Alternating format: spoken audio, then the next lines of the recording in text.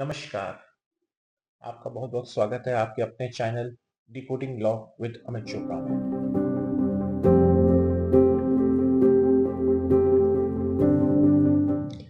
पिछले वीडियो में हम लोगों ने जाना था section 14, section 13 subsection 2, section 13 subsection 4। Now अब जानते हैं सेक्शन 17 क्या होता है और कैसे कार्रवाई हो सकती है। पहले रीड करेंगे, उसके बाद आपको समझाएंगे। Section 17 provides an important mechanism for the borrower who wish to challenge the action taken by the secure creditor under the SAFESI Act 2002. The section allows the borrower to approach the debt recovery terminal DRT if they believe that a measure taken by the creditor, such as a insurance of the notice under the section 13 subsection 2 or actions under the section 13 subsection 4, the taking possession of the secure assets are unlawful or not compliance with the provision of the act. अगर borer को ये बात लगती है कि उसके साथ नाइंसाफी हो रही है और वो पेमेंट देना चाहता है, कई बार ऐसा भी होता है कि बैंक भी गलती करता है और बैंक भी चाहता है कि ये प्रॉपर्टी मिल जाए, तो बोरर के पास भी चांस होता है कि वो अपनी बात को, क्योंकि हमारा भारत के फंडामेंटल राइट्स में सबको आज़ादी है कि अपनी बात कहें, तो इसके लिए आप लोग के पास भी सुविधा, अगर आपकी प्रॉपर्टी जा रही है तो आप सेक्शन 17 में डीआरटी में आ सकते हैं। लेकिन कैसे आ सकते हैं, उसका भी एक प्रोविजन है। Section 17(1), a borrower who can file an application before the DRT within a 45 days from the date of receiving the notice or from the date of taking possession or any other action under the section 13 subsection 4, the borrower may challenge the action of the secure creditor by arguing that the steps taken under the SAFESI Act are either illegal, improper, or unreasonable. The DRT has the authority to hear the application and may pass appropriate order. जब borer को ये लगता है उसके साथ नाइंसाफी है, तो वो सेक्शन 17(1) में, सब सेक्शन 1 में, वो 45 दिन के अंदर, 45 दिन का मतलब जब आपके पास 13 सब 4 का नोटिस आता है, तो 45 दिन के अंदर आप डीआरटी में केस फाइल कर सकते हैं, जिसे हम लोग ऐसे बोलते हैं, सेक्रेटराइज एप्लीकेशन।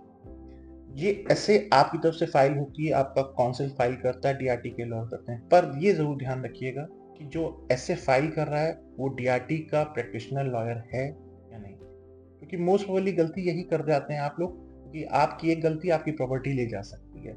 अगर आप जेन्युइन हो और आपके पॉइंट्स में डेप्थ है, तो आपकी प्रॉपर्टी कहीं जाएगी नहीं, आपका वकील आपकी प्रॉपर्टी को बचा ले जाएगा। अब जानते हैं आगे section 17(2). If the borrower files an application under the section 17(1), the DRT will give the decision within 30 days of receiving the application. However, the DRT has discretion to extend this period by another 30 days if necessary. आपको time मिल जाता है, अगर आपको पहले सुनने का, आपको 30 दिन का टाइम मिल जाता है कि आप अपनी बात कहिए बैंक को, क्या उन्होंने आपके साथ क्या नाइंसाफी है। वो 30 दिन में आप अपनी बात कहिए और बैंक चाहे तो उसको 30 दिन के लिए आगे और बढ़ा सकता है।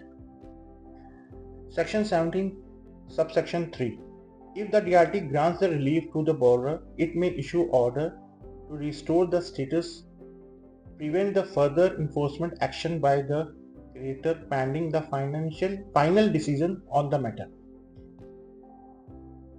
DRT सेक्शन 17 सबसेक्शन 3 में आपको रिलीफ दे सकता है, आपकी स्थिति को बरकरार रख सकता है और बैंक को कह देता है कि अभी जब तक मामला डीआरटी में चल रहा है, आप इनकी प्रॉपर्टी को बेचेंगे नहीं।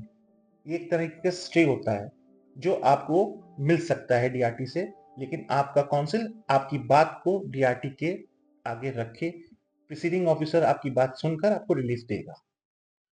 Section 17 subsection 4. If the borrower does not comply with the DRT orders, the secure creditor can continue with the enforcement process or another action permitted under the SAFESI Act 2002. अगर आप सेक्शन 17 में नहीं आते हो, तो बोरर जो creditor होता है, फाइनेंशियल इंस्टीट्यूशन होता है, बैंक हो तो वो अपनी कार्रवाई सेक्शन 14 में आपके पास करेंगे। आपको सेक्शन 17 की कार्रवाई का फैसला मानना पड़ेगा, डीआरटी का फैसला मानना पड़ेगा। पर्पस क्या है डीआरटी में आने का सेक्शन 17 में, वो भी जान लेते हैं। Section 70 ensures that borrower has recourse to challenge any action taken by the secured creditor under the SAFESI Act 2002, providing a safeguard against potentially unjust or unlawful action by the bank or the financial institutions. क्योंकि हर बार bank सही हो ये भी नहीं होता, क्योंकि कई बार bank भी गलती करते हैं। कभी बैंक चाहते हैं कई बार कि ये प्रॉपर्टी हमें मिल जाए, क्योंकि प्रॉपर्टी की कीमत ज़्यादा है और लोन कम है। तो ये चीज डीआरटी देखता है। डीआरटी किसी के साथ अनजस्टिफिकेशन नहीं होने देता, ना बैंक के साथ ना बोरोर के साथ।